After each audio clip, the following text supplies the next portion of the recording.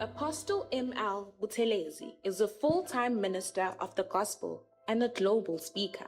Apostle Buthelezi has been happily married to Mamhloni for 27 years, and together they are blessed with 2 beautiful children. He currently serves as an assistant pastor at Family Worship Center, a Pentecostal holiness church, under the leadership of Bishop M.V. Sibiya and T.D. Sibiya, holding a diploma in theology and with a background as a former teacher. Apostle Buthelezi is passionate about communicating the Word of God with clarity and purpose. He is a sought-after conference, tent crusader, and marriage speaker, committed to advancing the kingdom of God through sound biblical teaching. Above all, he carries a deep passion for building strong, healthy, and Christ-centered families. Kingdom citizens, please join us in warmly welcoming Apostle M.L. Buthelezi.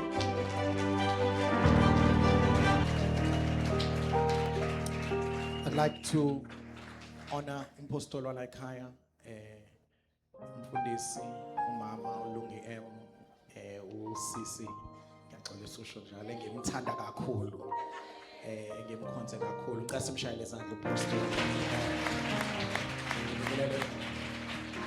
Apostle Baba, greetings to you, Dad. It's an honor to see you. It's a privilege to be under your ministry again and under grace to the entire body of Christ that's here namhlanje ebusuku.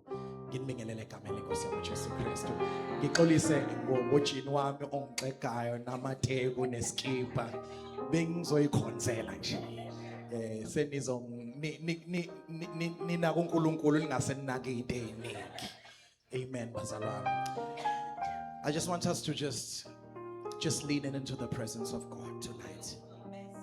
Just posture yourself and allow the presence of God to begin to let go of worry, let go of izinto ezicabangayo, and allow the presence of God to just permeate your life. Thank you, Father God, for your presence tonight. We appreciate you. We love you. We thank you. You are so faithful. So beautiful, so gracious, so kind, so humble. Father, we love you, we love you, we love you, we love you, we love you. The worship doesn't start with the song, it starts with the heart. The worship doesn't start when the song starts, it starts with the posture of the heart. So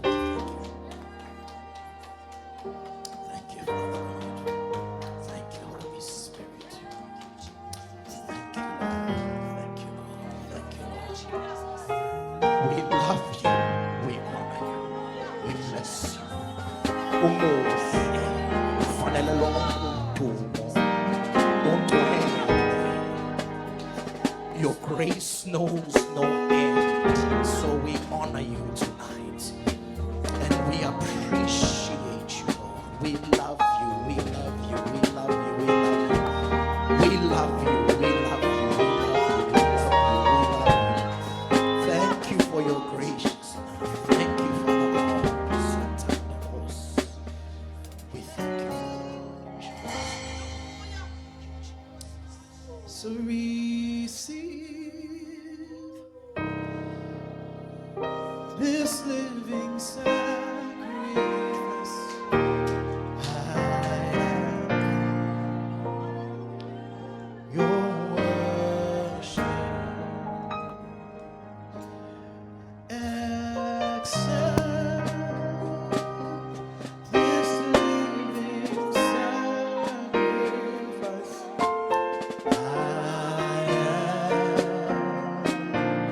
Your worship. Say I have more than a song. I have more than a song. Today I brought myself. I brought myself. I am the sacrifice. I have more than a song.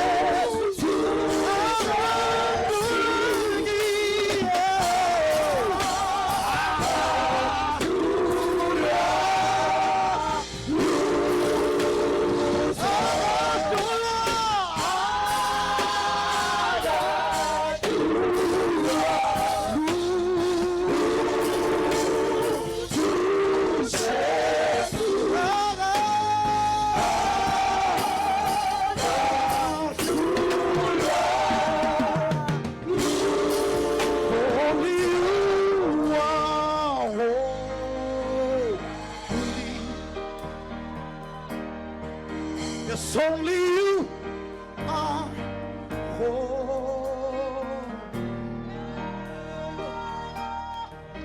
It's only you are wonderful.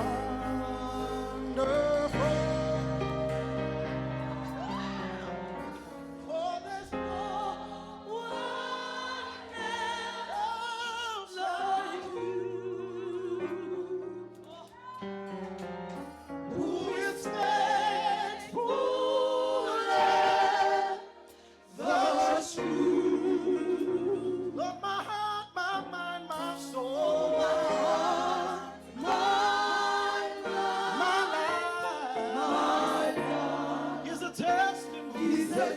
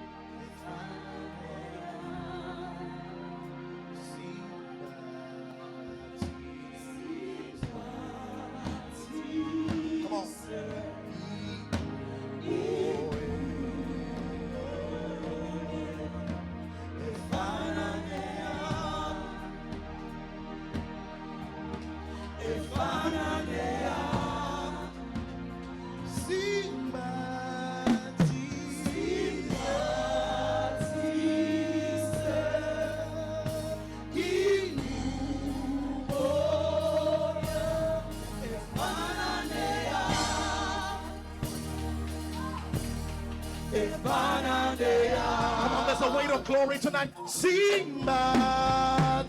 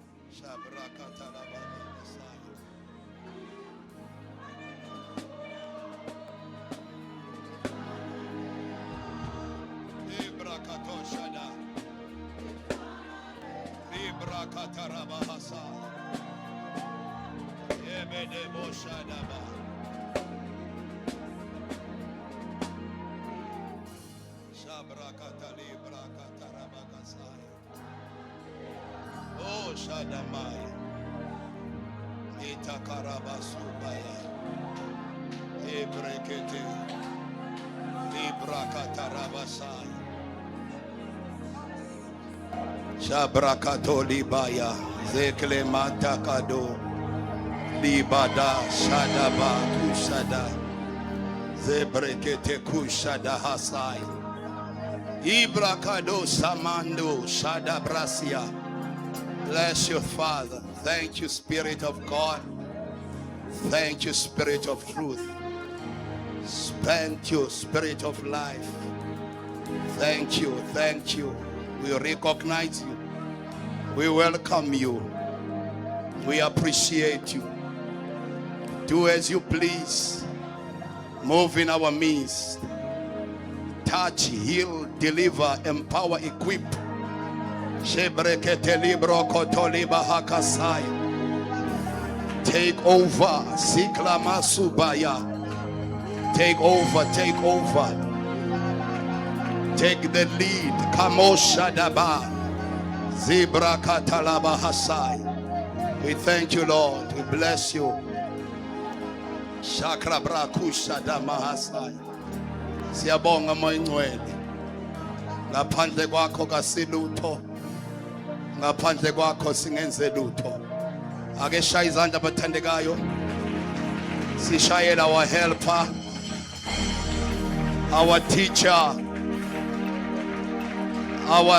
our helper, our standby. Shayela umoyingcwele abathandekayo izandla. Esinaye phakathi kwethu egameni lika Jesu. Ushabrakataliba hasai. Holy Spirit, we love you. Thank you, Jesus. Asiphinde shaya izandla kakhulu bathandekayo. Sishayela umoyingcwele sihlala phansi. Wow, what an atmosphere. What an atmosphere. Shabrakatalabasai. Thank you, Jesus. Bathandekayo ngicela nivume ukuthi observe protocol ngaphambi kokuba ngishumayela. Ngiyamthanda kakhulu umoyingcwele, ngiyathanda ukuthi simhloniphe because ngaphandle kwakhe kasilutho, futhi ngaphandle kwakhe singeke senze lutho. Singakwazi ukumshayela izandla and recognize him and appreciate him. Hela brasukata. Thank you. Thank you. Thank you. I love you. Yes, I love you. Thank you, Jesus. Siyabonga. Hello bathandekayo ukubingelela one of the fathers uNkulunkulu abusise ngalo izwe lakithi South Africa. Siyakubingelela Jobe. Siyathobeka kakhulu ukuba sikhonze ibandla likaNkulunkulu ukhona. Siyambonga kakhulu uNkulunkulu ngawe. Ngomunye wawo baba abangama legends nenqalabutho zokholwa eSouth Africa. Uma sinibona nimile siyasibona ukuthi uNkulunkulu nathi uza kusimisa. Sibonga intobeko yakho, sibonga uthando lakho. Sibonga ukuthi uvuma ukusetshenziswa uNkulunkulu. Singamshayela ubaba izandla bathandekayo. Amen. Siyabonga, siyathoba. Thank you Jesus. Amen. Amen. Bathandekayo ngicela ningivumele ngihonorishe owesifazana ovuso uNkulunkulu esikhathini sethu. Umpostoli uLungi M. Siyathobeka kakhulu ukuthi uNkulunkulu akuvuse ngesikhathi akuvuse ngaso. And siyambonga kakhulu ukuthi uNkulunkulu akwahlukanise phakathi kwabesifazana abakhona. Akunikeze umusa, akunikeze wona. Uma silalele ukuthi uNkulunkulu wenzeni ngawe, sithi udumo lonke maluye kuNkulunkulu. Siyabonga kakhulu ukuthi uvume ukuba isitsha uNkulunkulu abangasebenzisa kulesi sizukulwane. I know we are from the same village and si proud ngawe kakhulu. Siyambonga kakhulu uNkulunkulu okusebenzisayo in this part of the province. Sizizwa sithobekile kakhulu. Sifisa nokuhlonipha nokukhalalisela nangeposition uNkulunkulu akunikeza yona kuhulumeni wakithi. And since ukhona kukhona esikubonayo. Singamhlonipha abathandekayo egameni kaJesu. Amen. Siyabonga. Siyabonga kakhulu. Amen. There are so many graces akhona kule ndlu namhlanje ebusuku. You know abantu abaningi obathandayo bathole bendawonye kuba usabasenkingeni. But ngiyacela madoda kaNkulunkulu ukuba nimamukele ukubingelela kwami ngaphandle kokuba kube khona engibaphawulayo. Siyathobeka kakhulu, siyahlonipha kakhulu ugcobo uNkulunkulu anikeze lona ukuthi ningahlala phansi sikhonze ibandla likaNkulunkulu. uNkulunkulu ke makanibusise kakhulu niyingxenye yalomhlangano namhlanje kusihlwa. Sibingelele ngokukhethekile i-leadership yalapha ekhaya Kingdom Life Ministries International. Siyabonga kakhulu ukuthi nivume ukuba ingxenye yalokhu uNkulunkulu akwenzayo ngompostoli uLungi. Bathandekayo egameni likaJesu Kristu nobuholi bonke bebandla siyabuhlonipha kakhulu egameni likaJesu Kristu. Amen. Ngingomncinyana kunabo bonke uNkulunkulu ababizile ukuba bakhonze icebo lakhe nakulesi sizukulwane. Ngihlezi ngikuthatha njengento engingayifanelanga ukuba ngingaba isicaka sikaThixo uma ngiconsider ibackground engivela kuyona. But kwaba kuhle kuNkulunkulu ukuthi angikhethe angahlukanisele icebo lakhe. Ngisikhonze sikaNkulunkulu ngokupheleleyo, ngikhonze icebo likaNkulunkulu ezizukulwaneni sami. Amen. Angihambi ngedwa bathandekayo, ngihamba noMamhloni nkosikazi wami weminyaka 27. Ngiyacela ukuthi simamukele ngothando. Alibonke igama lenkosi. Praise the Lord. uNkulunkulu usibusisile ngabantwana ababili esibazalayo. Waphinda wasibusisa ngabantwana ababili esaba adoptayo efamilini yethu. Sinomzukulu oyedwa. uNkulunkulu asibusise ngaye. Sikhonza icebo likaNkulunkulu kanye kanye. Alibonge igama lenkosi. Ngicela abathandekayo ukuthi siye nezwini lenkosi. Ngiyathobeka kakhulu ngeartist bathandekayo elikhona phakathi kwethu lasikhonza ngamandla. Kusukela namhlanje ngiyoshintsha iCV yami. Ngiyoyilungisa, fanele ilungiseke ukuthi ngiminister kukhona uKhaya Mthetho. Alibonge igama lenkosi. Praise the Lord. Ngakho ke siyabonga kakhulu bathandekayo. Ngicela ukubuza ukuthi seni ready for izwi likaNkulunkulu. Asiye nezwini lenkosi incwadi kaMark chapter number 5. Mark chapter number 5, verse number 25 to verse number 34.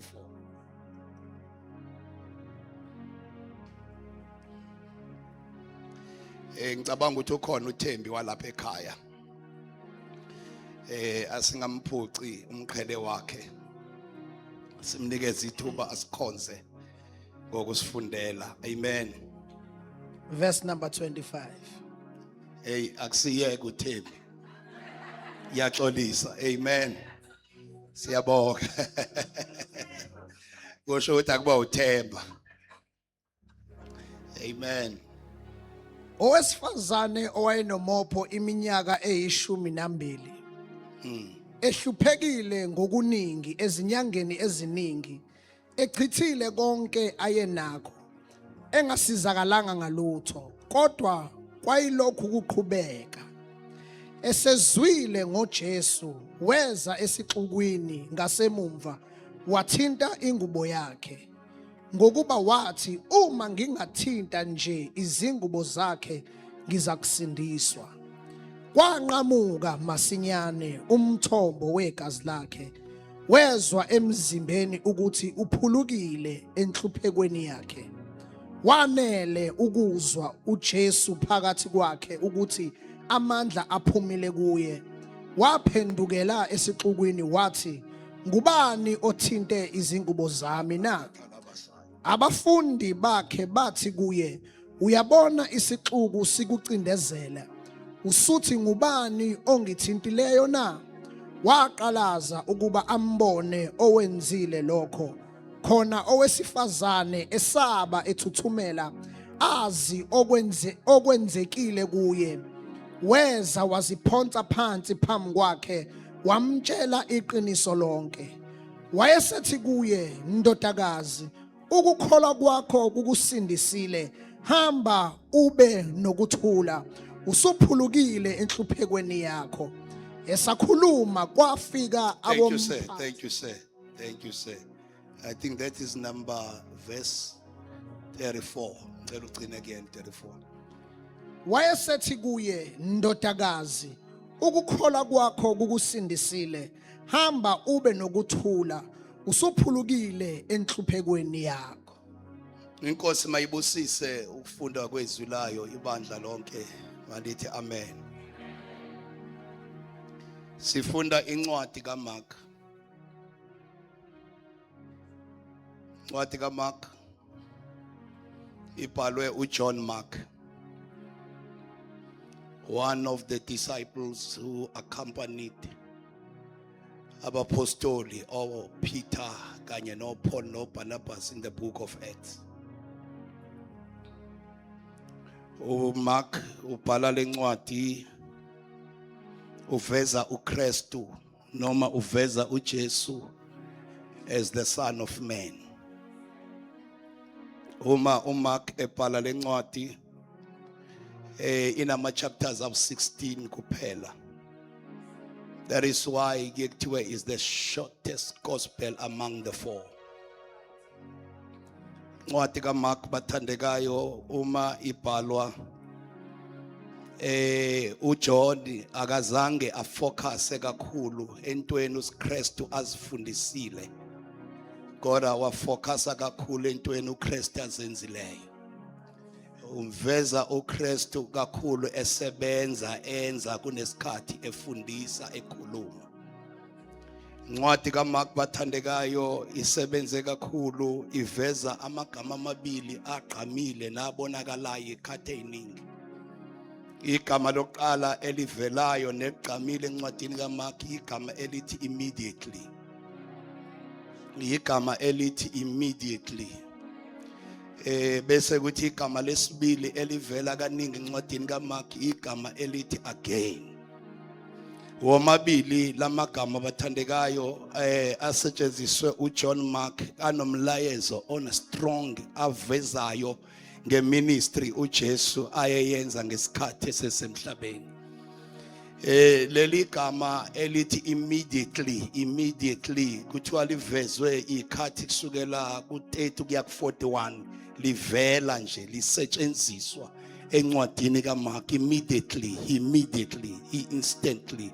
Masinyane uJesu wenza ukuthi siyezwana bathandekayo Ya leli gama uma ulichaza ngendlela elula igama elisho without delay, without delay. Siyazwana bathandekayo, without delay. Tshela umakhelane ukuthi without a delay. Angazi ukuthi yini lesibambezeleke kangaka kuwe ingenzeki.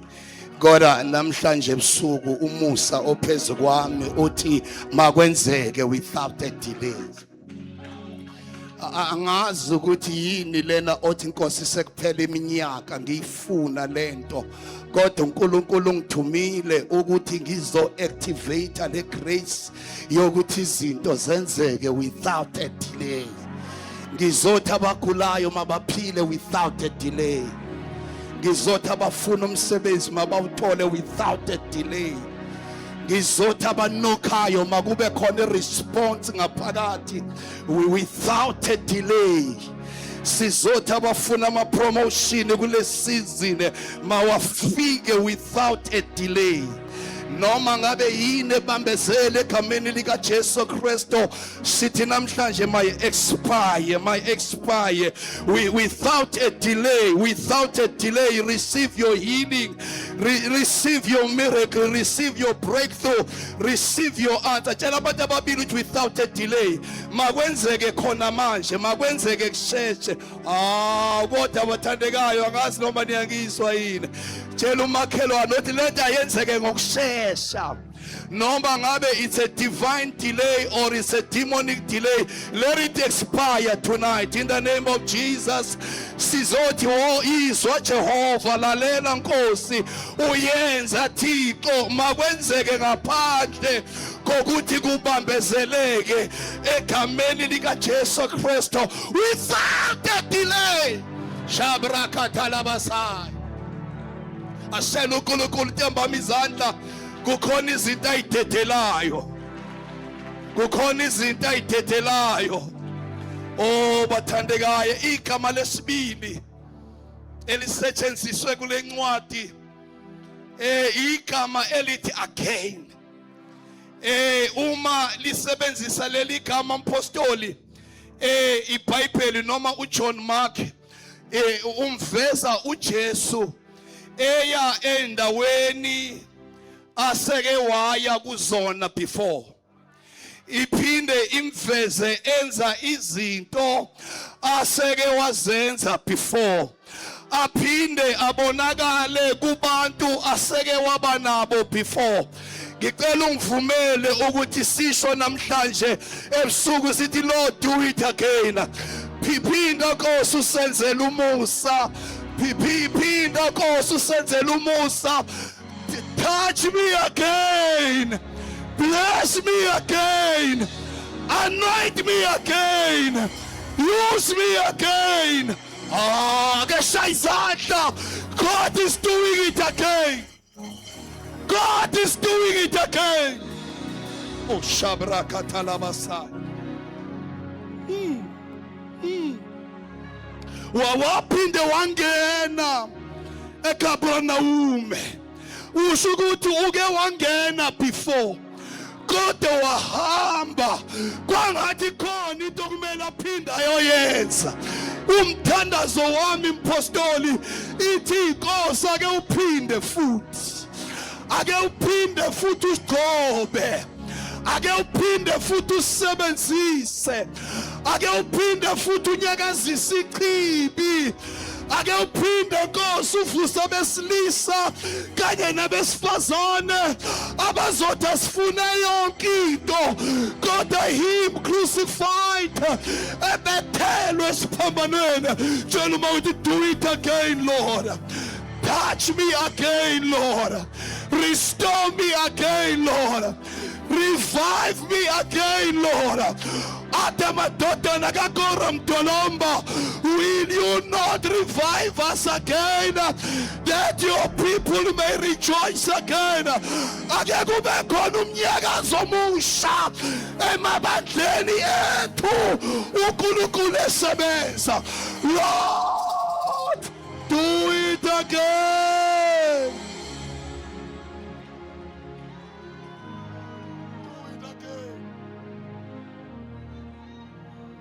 Do it again. Do the miracles again. Deliver the bound again. Raise the bar again. Wakhela umlilo Nkosi uphinde uvuthe phakathi kwethu egameni likaJesu. Kule conference sizothi Nkosi without a delay. Just do it again. Just do it again, oh God. Sifuna ukuthi ngaphambi kokuba uJesu aphinde abuye siphinde siwusho umnyakazo.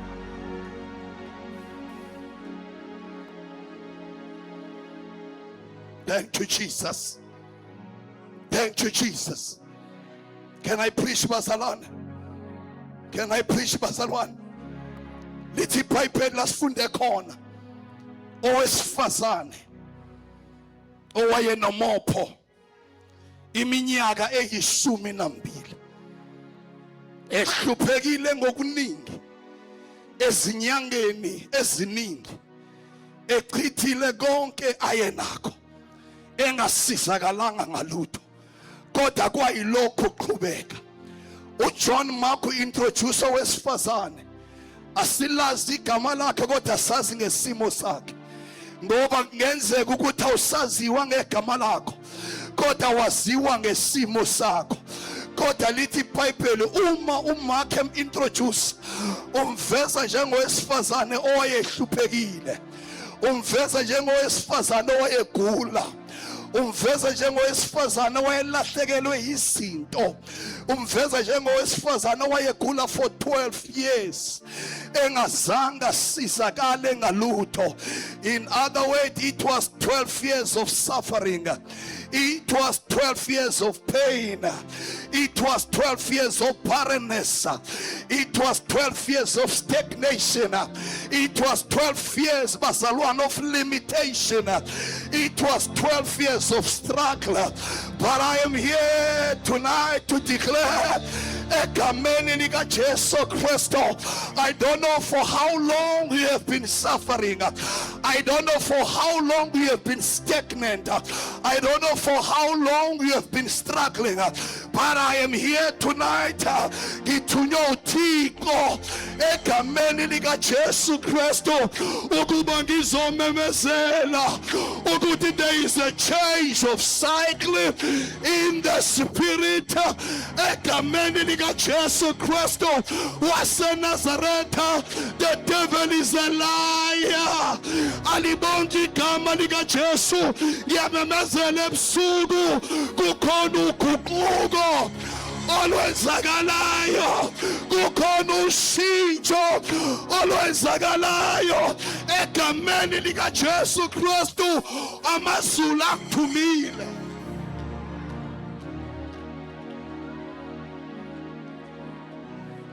"12 years of losing, 12 years of pain." Khona umuntu engikhuluma naye la. 12 years of stagnation. Akunyakazi lutho. Alibonke igama likaJesu. 12 years of delay. Alibonke igama likaJesu. There is no fruitfulness in Mtolomba. There is no progress. I'm being prophetic ebusuku egameni likaJesu Kristu. And iBhayibheli liyakumenshina ukuthi she was sick for 12 years. Oh, can I preach? Can I preach? Can I preach? It was for 12 years. Alibonke igama likaJesu. And there is something that I know about number 12. Konento engiyaziyo go number 12 umpostoli. Into yokuqala engiyazi ngo number 12 ukuthi inamba ebalulekile eBhayibhelini. Inamba esho i-completeness. Inamba esho i-authority. Inamba esho i-order. inamba esho i-governance, inamba esho i-perfection. Kodwa nanti igama engilithandayo ebusuku, inamba esho a complete cycle. Alibonke igama likaJesu. Ngamanye amazwi namhlanje ngizomemezela ukuthi kune-cycle ephethwayo, because there is a new cycle eqalwayo. Angazi noma ukhona yena umuntu engenza isensi kuyena. Egameni likaJesu Kristu, uNkulunkulu is closing a cycle empilweni yakho. uNkulunkulu is ending a cycle empilweni yakho, and God is opening another cycle.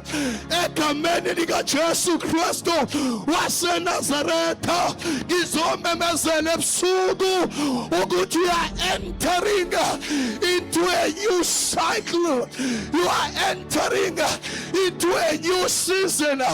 You are entering into a new dispensation. Alibonge igama likaJesu. Tshela umakhelwane uthi iyavalwa icycle ivulweni.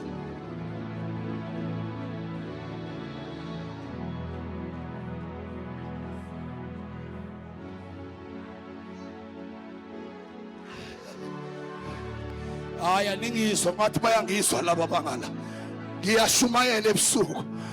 AmaZulu khona kuyayivalayo bese kuba khona ayivulayo, ngoba wakwazi ukuvala engavuli lutho. Uma amaZulu ephetha kunento ayiqalayo. Ngiyamemezela ebusuku egameni likaJesu, icycle ye-progress, icycle ye-progress, icycle yokuya phambili.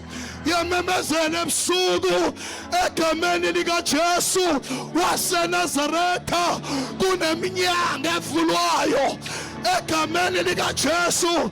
Behold, I'm opening a door that no one can close. Uma ngivula akekho ovalayo, uma ngivala akekho ovulayo. Sabadaya yafulwa.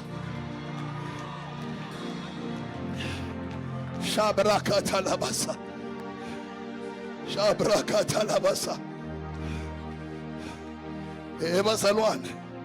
Ebazalwane ngashumayela kancane. Ake senze a prophetic action. Thathi iBhayibheli lakho noma ngabe yini uyivule bese uyayivala. Ngenkathi uyivala yabukela ukuthi kune-cycle ephelayo empilweni yakho, kune-cycle evalwayo empilweni yakho. Uma kuphela u-12 years wokungasebenzi, leyo cycle yavalwa. Uma kuphela u-12 years izinto zikubalekela, leyo cycle yavalwa. Uma kuphela u-12 years izinto imile, siyayivala ingoba icycle seyivaliwe.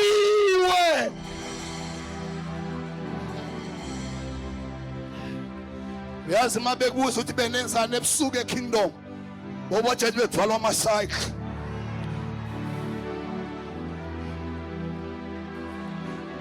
Benenzani ebusuku, bekwenziwa njani?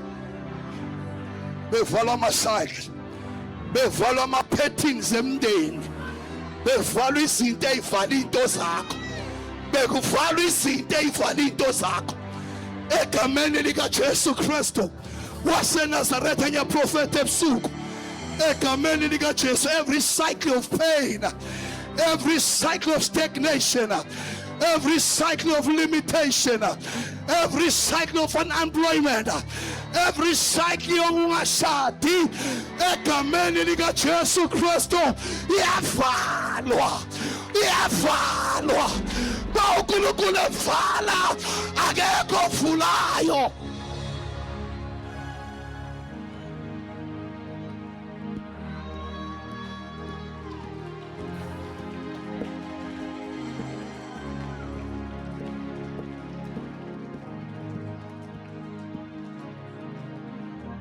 uNkulunkulu uke wayivala icycle yokuthola abantwana kuHana for 10 years. uHana engabathola abantwana, kanti akusiyena uSathane, uNkulunkulu ovalile. Ingakho uNkulunkulu mayesefuna ukuyovula akacelanga imvume kumuntu, ngoba wathi mina bengivalile imina sengiyovula. Ngizothi zonke izibeletho ebezivalekile kule minyaka odlule kuyona ngiyamemezela ebusuku egameni likaJesu ngithi Efatha, alibonge igama.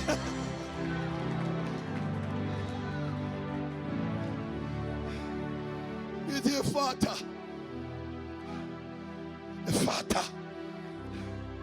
Ibelethe ezingatholi lutho Efatha.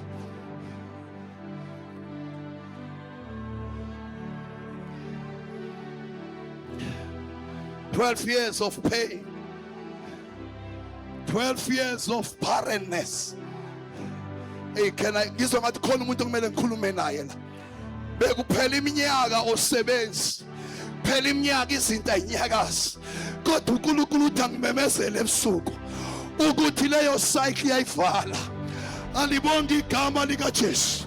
Akukho devil, akukho demon, akukho mandla obumnyama azoyivimba lethu uNkulunkulu abhizi ngayo. Egameni likaJesu Kristu, lo 13 years impostoli, angazi yini obuyifuna, angazi yini obuyithandazela, kodwa namhlanje ebusuku egameni likaJesu Kristu waseNazaretha, Efatha.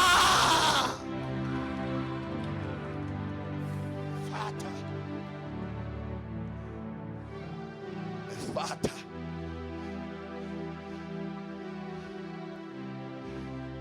The introduction yalo mama is horrible. CV yalo mama was very, very bad. Makhulunywa ngalo mama, kukhulunywa ngowesifazane sewayihlupheka, kukhulunywa ngowesifazane owaluza yonke into, kukhuluma ngowesifazane owayengena stable health uma introduce. Kodwa khona into eyenziwa uNkulunkulu kulo wesifazane. Lithi iBhayibheli esezwile angazi yini oyizwileyo, kodwa lo wesifazane khona into ayizwa. Every time mangicabanga ngalo wesifazane ngize ngicabanga ukuthi wayesezwile ukuthi khona impumputho ogama layo linguBhathimeyo eyazalwa ingabone, yahlangana noJesu amehla avuleka. Ngeke ngithi mangicabanga ukuthi lo wesifazane wayezwile ukuthi khona indoda ena 38 years eyayihlala ngasechibile ingakazi isizakale, kodwa uJesu wahlangana nayo wayivusa le ndodakazi. Ngizothi bathandekayo egameni likaJesu Kristu, blessed are the feet of those who bring good tidings. Namhlanje I'm bringing good tidings kuwena egameni likaJesu Kristu waseNazaretha esezwile.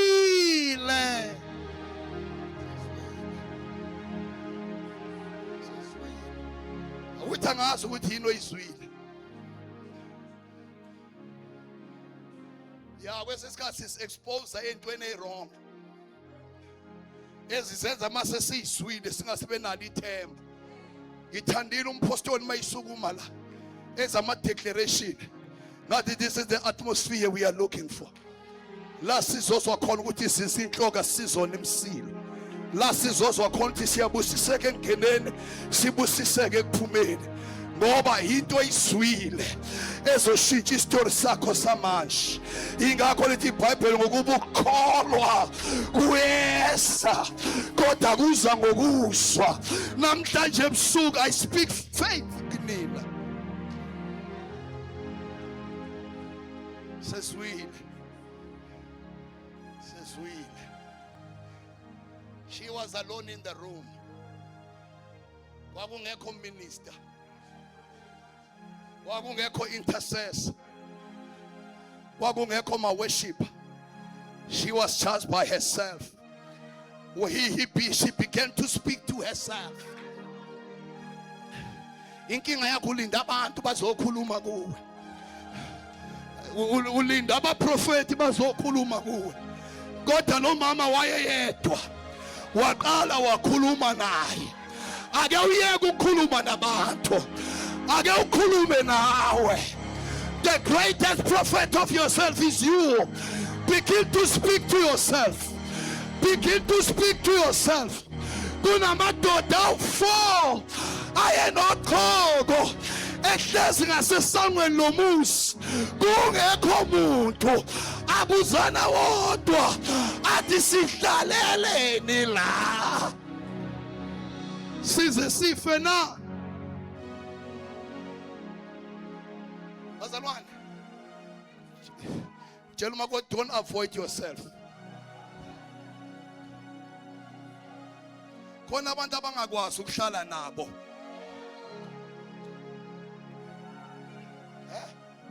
Iyayenza isense lento shenge. Khona abantu abak-avoidayo ukuthi abe umuntu abe naye. Umhlangano ungabi nami nomdolomba, ngibe nomhlangano nami.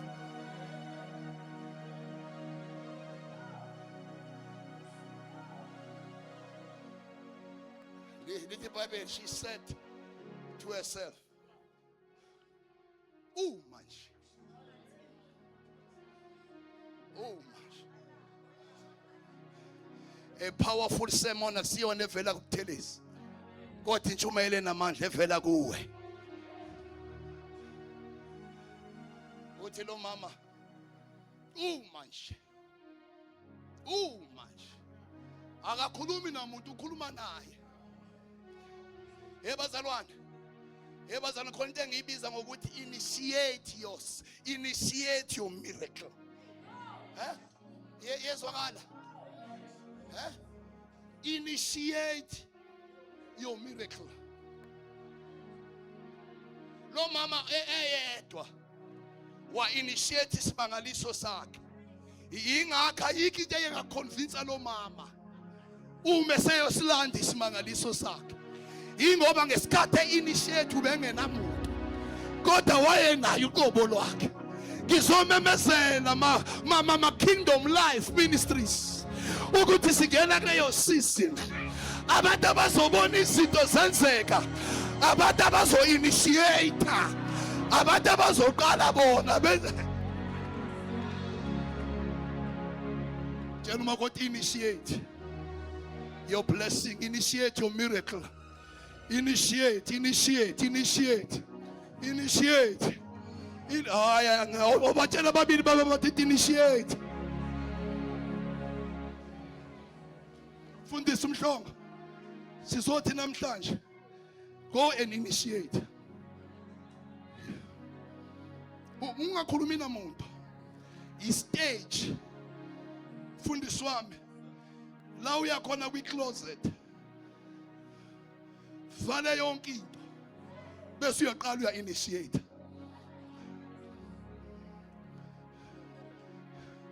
Simangaliso sakhe asikho komunye, kodwa sikwi-meeting yakho nawe. Sengishilo ngathi bhuti omdala umncanana ukuthi lamadoda ayo-4 ehlezi ngasesangweni, kungekho umuntu rejected, isolated, akhuluma wodwa athi sizohlala la kuze kube nini, ngoba uma sihlala la sizofa. Inkinga yethu bazalwane asifuna udila nereality. Alibonga igama lika Jesu, kodwa ngiyezwe ebusuku ukuthi ma Kingdom Life, we are entering into a season la uNkulunkulu efuna i-cooperation, la ethi uNkulunkulu initiate your simangaliso, initiate your business,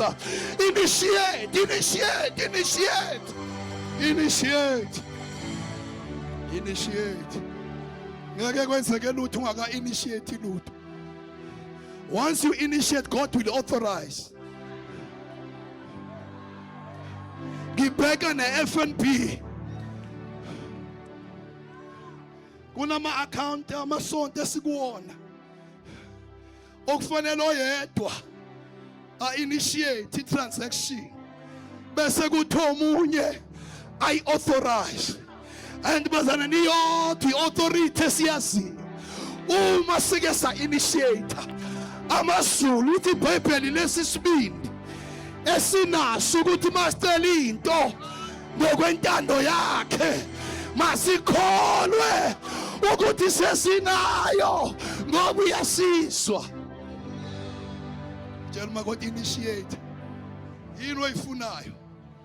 Go and initiate.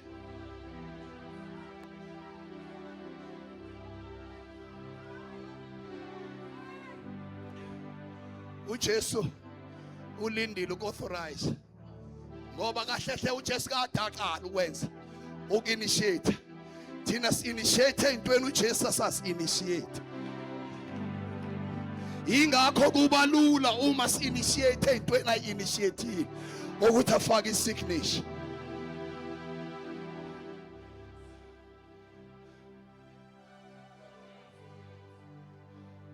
Kodwa bakhona abangizwayo ebusuku. Oh my God. The Bible says, athi lamadoda siyagula, sibuthakathaka, asinawo amandla. Kodwa ke si-initiate sibona. Lethi iBhayibheli basuka kuntwele enzansi. Baqala bahlasela ikamu lamaSiriya. Oh khona isimangaliso esenzeka. Lethi iBhayibheli kwathi beseza amazulu ehlela kumadoda awu4 agulayo abuthakathaka.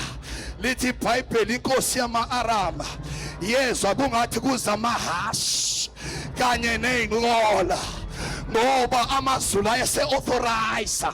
Izothi initiator amazulu will amplify, amazulu will make a sound. Apostoli City, after 13 years, may God amplify your steps. May God amplify your faith. May God amplify the grace upon you. As you move forward in faith, may the heaven amplify your footsteps.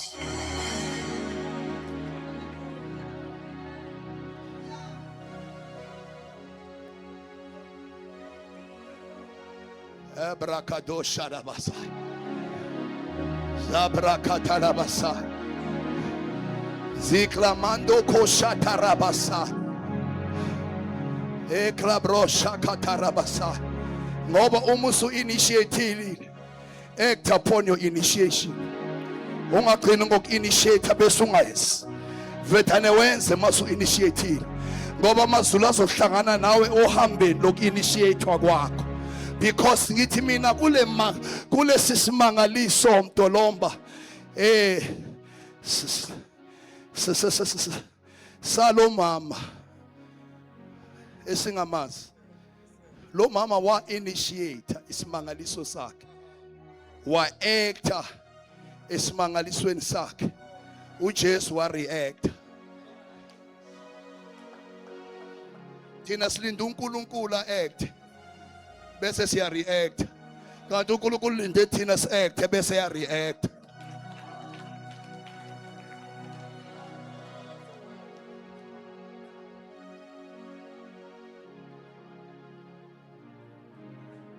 Cela ngihlale phansi ngivale.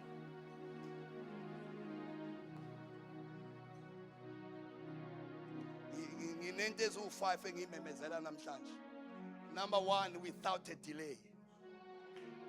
Izinto azenzeke. Sizothi inkosi do it again.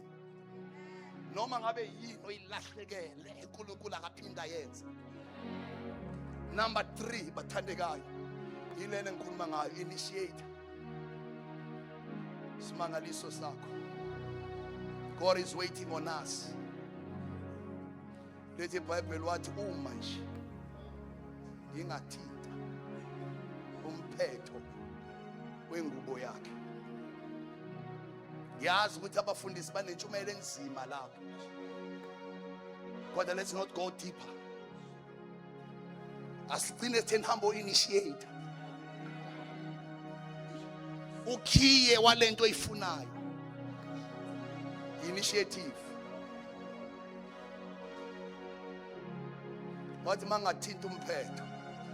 Cabanga lo mama. Oh. Wena ucabanga ukuthi weak ukuthi ungenza izinto.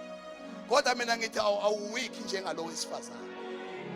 Owayegule 12 years elusi igazi. Wena unamandla wena. Wena unamandla.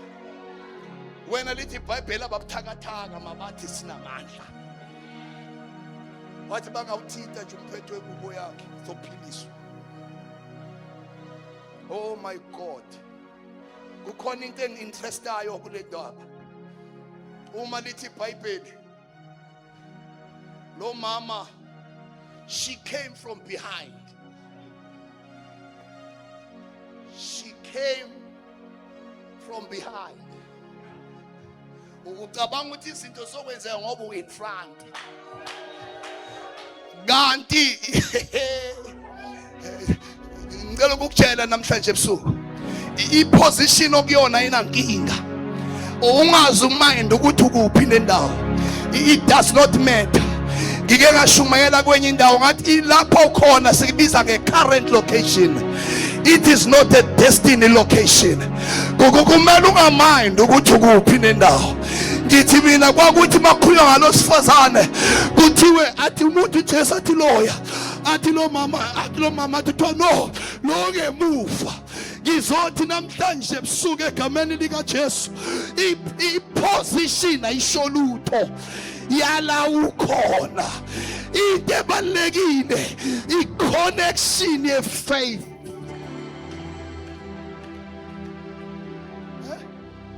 Angiphinde lento. Angifuna ukuyiphinda.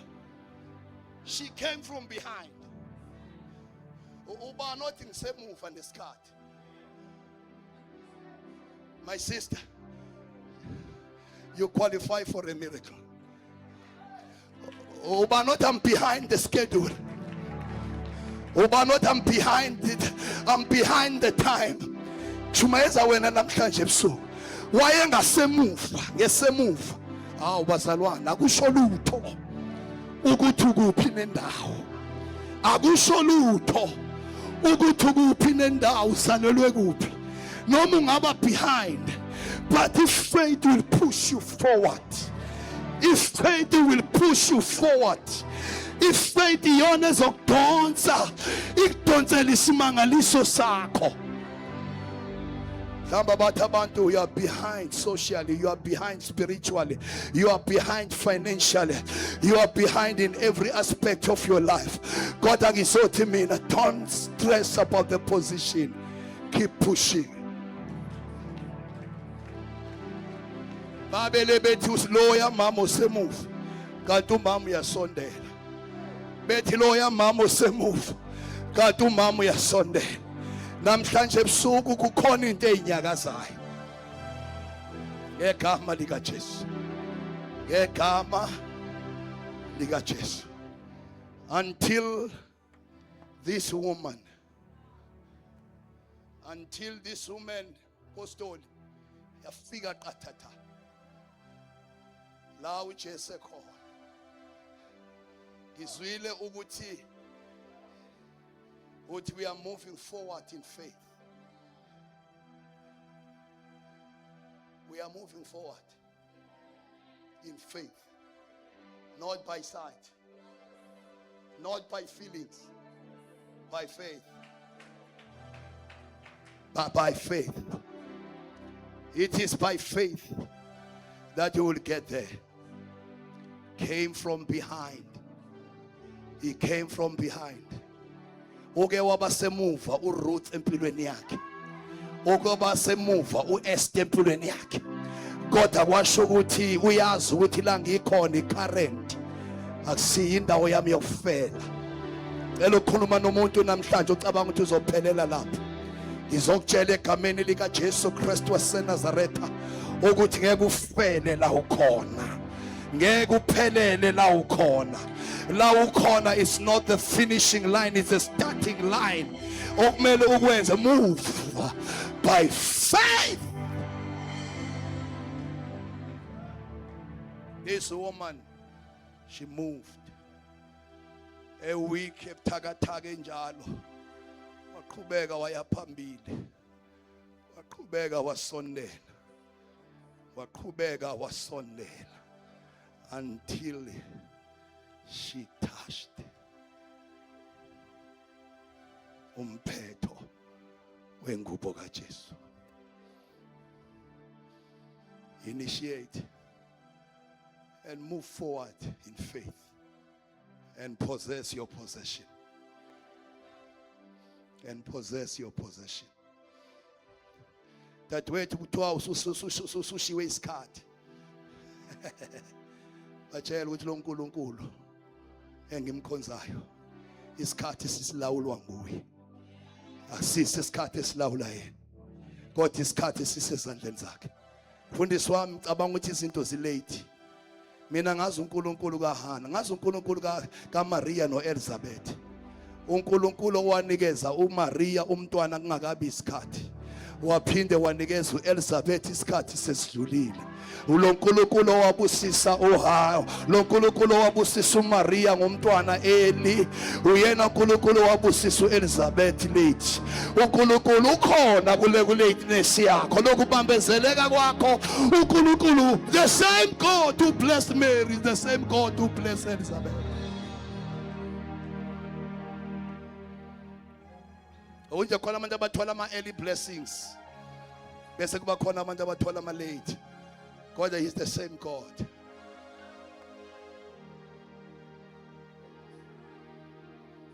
Lo nkulunkulu wavala isibeletho sikaHana, uyena owavula esikaPhenina.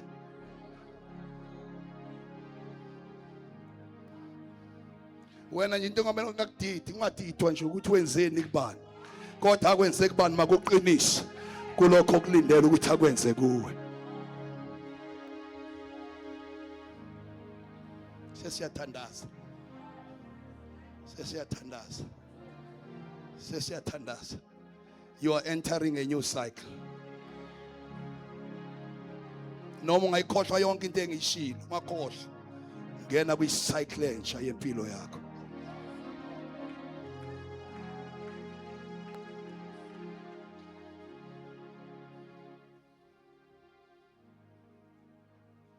Wamthinta uJesu, waphila uYesu.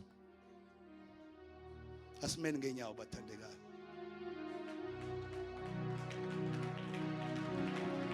Shabrakathalibaya Ziklamata kadosha dabahasa.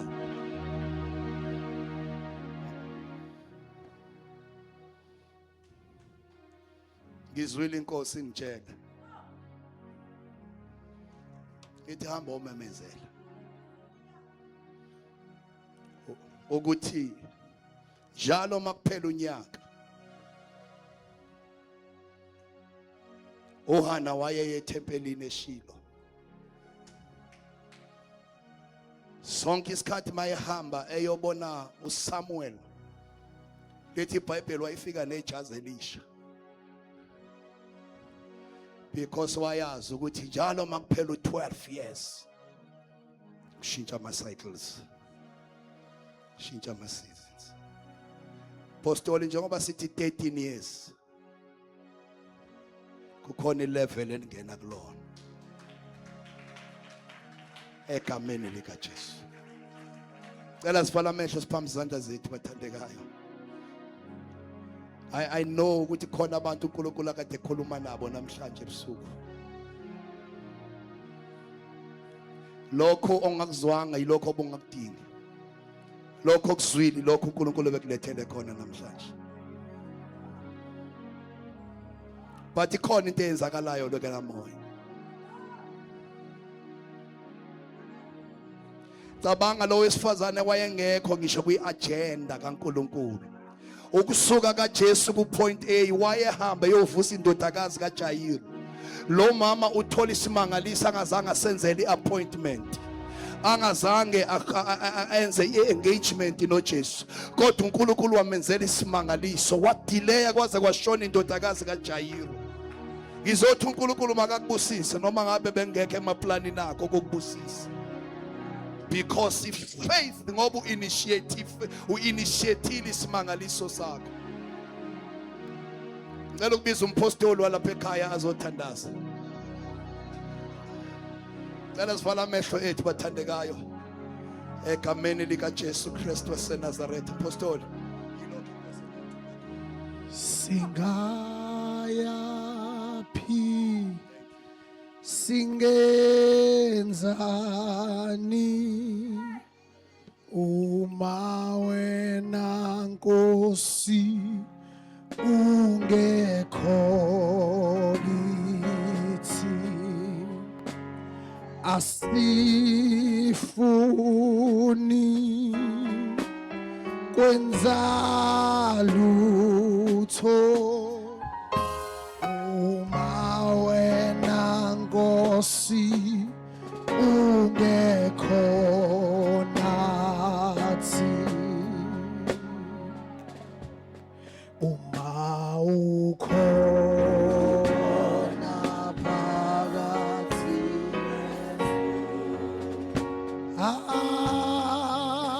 akukho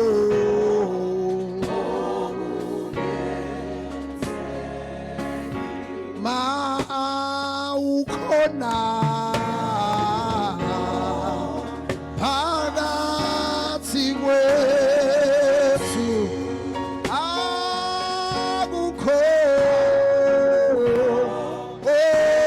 okungenzeki. Ukhona phakathi kwethu. Haleluya ke.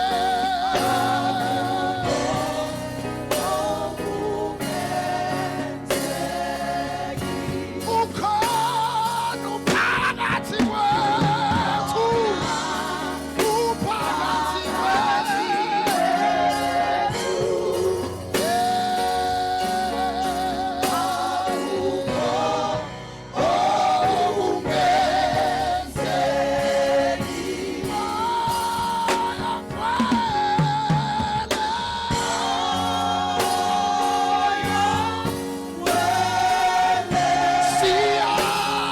siyakudinga, siyakudinga